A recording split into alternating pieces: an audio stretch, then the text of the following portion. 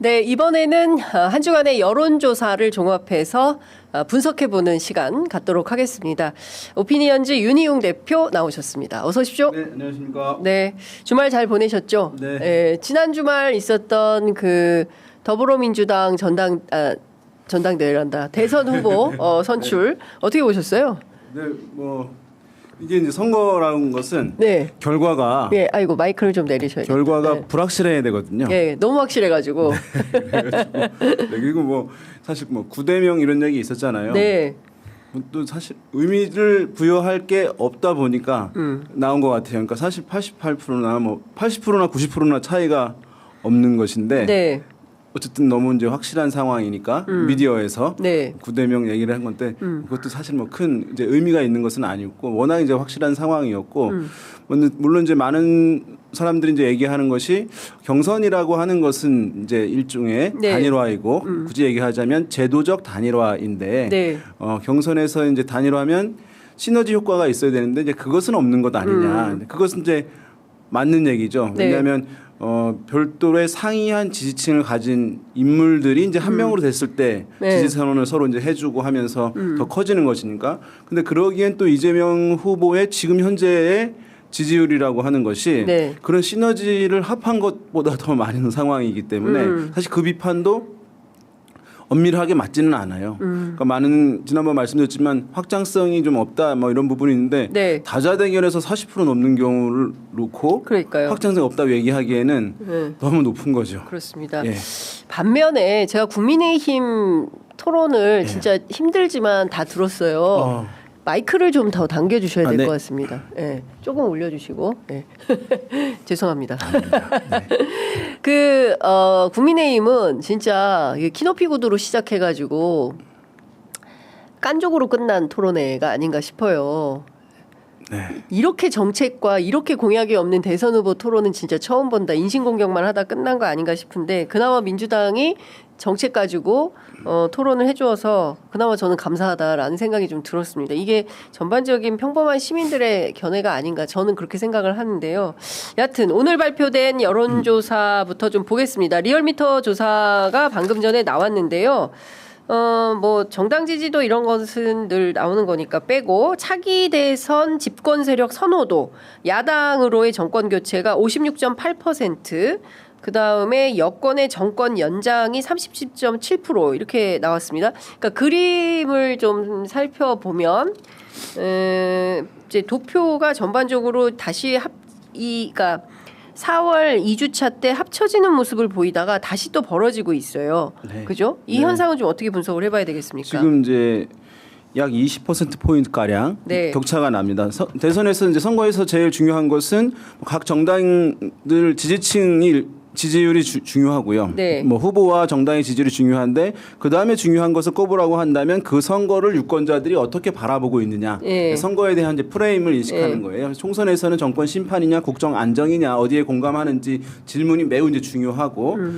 대선에서는 뭐 이제 이게 새로 이제 시작하는 정권이기 때문에 정권 이제 교체냐 연장이냐라고 하는 것을 놓고 어디에 더 공감하는지 질문을 하는 이제 이 질문 방금 전에 소개해주신 네. 질문이 이제 중요한데 지금 ARS 조사에서도 한 20%포인트 격차가 나고 있어요. 네.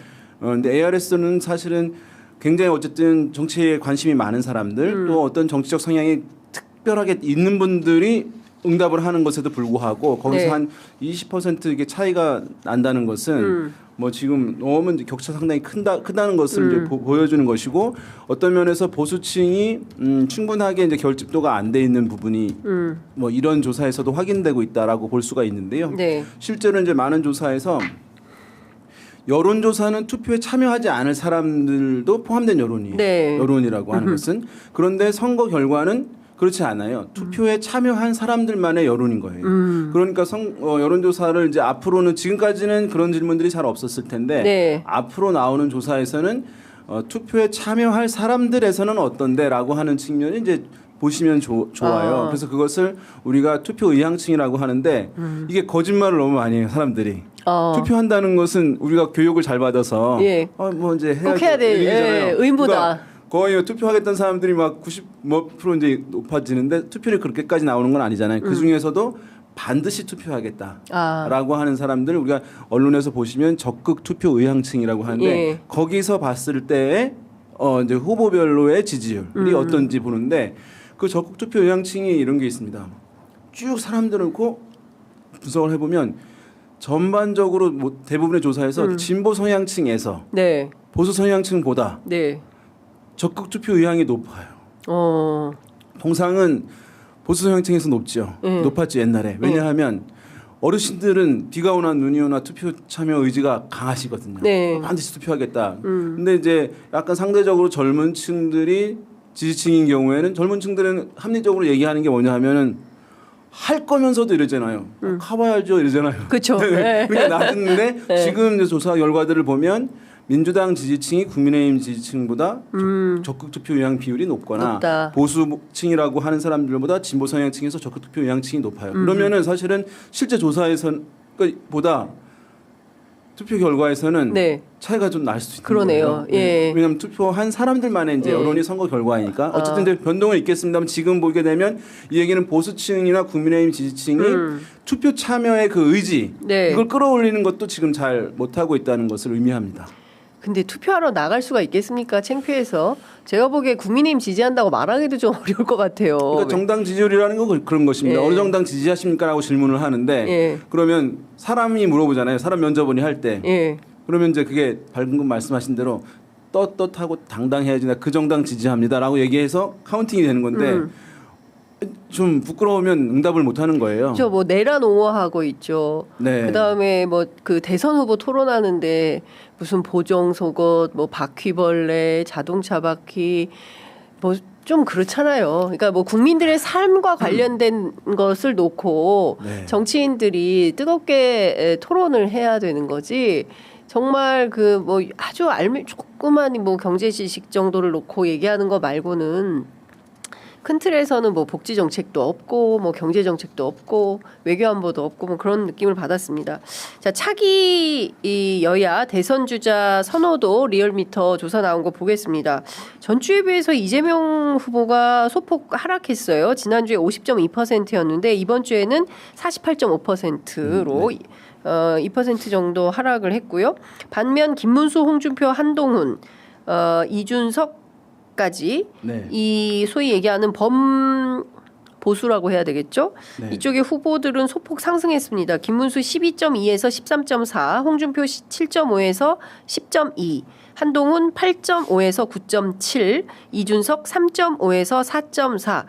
이게 이재명 대표는 소폭 하락하고 네. 범보수 쪽은 소폭 상승한 이유는 어디에 있다고 봐야 됩니까? 이것은 사실은 이제 우리가 의미 부여 하려고 하니까 그래프에서 네. 표출이 되지만 네. 50.2에서 48.5로 한 것은 사실은 뭐 그렇게 큰 2% 건 포인트 아니다. 아니고 네. 이제 올랐다고 하는 김문수 후보도 12.2에서 13.4니까 이게 이제 1.2% 포인트거든요. 네. 사실 이제 의미 있게 올랐다라고 얘기할 수 있는 수준은 아니라고 이제 보여집니다. 네. 제가 봤을 때는. 그리고 다른 조사들에서 이것이 이제 이런 흐름들이 이재명 후보가 떨어지고 뭐 보수 후보들이 올라간다라고 이제 하는 흐름들이 나타나고 있지는 않아요. 다자 대결에서. 네. 그래서 지난 주와 큰 흐름의 변동이 없다고 보시는 것이 이제 맞을 텐데 다만 이제 만약에 다시 하게 되면 어제 이제 세레머니가 있었던 곳들은 또 올라가게 돼 있거든요. 그렇죠. 예, 그래서 제가 봤을 때는 이 조사는 이제 어제 것이 충분하게 반영된 것은 아닐 테니까.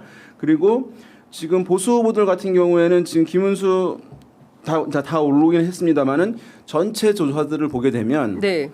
김문수 후보의 하락세, 그쵸. 홍준표, 한동훈의 상승세, 네. 라고 이제 정리할 수 있어요. 네. 그러니까 안철수 후보는 정책인 상황이고, 특히 이제 한동훈 후보의 상승세가 약간 주목되는 그런 상황입니다. 네. 그래서 애초에는 김문수 후보를 4인에서 2인으로 이제 남는 것을 봤을 때 네. 김문수 후보가 이제 고정 아니겠느냐 거기에 이제 홍준표냐 한동훈이냐 이런 이제 네. 조합이 될 것이다라고 하는 전망이 지난주까지 좀 있었는데 네. 지금 흐름에서 봤을 때는 오히려 이제 홍준표 한동훈의 조합 가능성이 높아지는 것 아니냐 이제 그 두 명으로 추려지는 상황에서 네. 일단 이렇게 전망해 볼 수는 있는데 또 이제 네. 당원들이 이번에 50%로 들어간 상황이기 때문에 네. 그러니까 당원들이 한동훈 후보에 대해서 이제 수용도를 예. 지난 전당대회 당대표 때처럼 드러내느냐, 예. 아니면 최근에 강해진 어떤 강성 보수의 흐름으로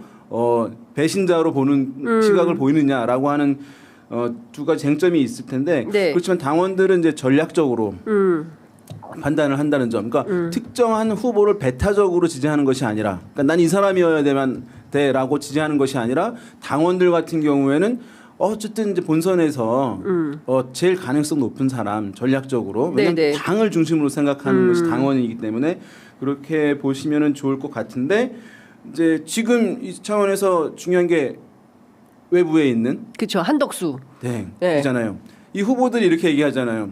저 단일화 한덕수 대행하고 할 겁니다. 다 한다고 그랬어요. 그것은 이제 내가 이길 수 있기 때문에 하겠다라고 하는 게 전혀 아니고요. 그렇게 해야만 당원들의 지지를 경선에서 받을 수 있기 때문에 그런 거예요. 그렇죠. 예, 그래서 왜냐하면 당원들은 한덕수 대행하고 단일화 하지 않겠다 하면은 배제. 그렇죠. 왜냐하면 경쟁력 이게 없는 것이 그러니까 지금 자체에. 국민의힘의 당원들은 한덕수 변수를 상수로 놓고 네. 다른 후보들을 보고 있다.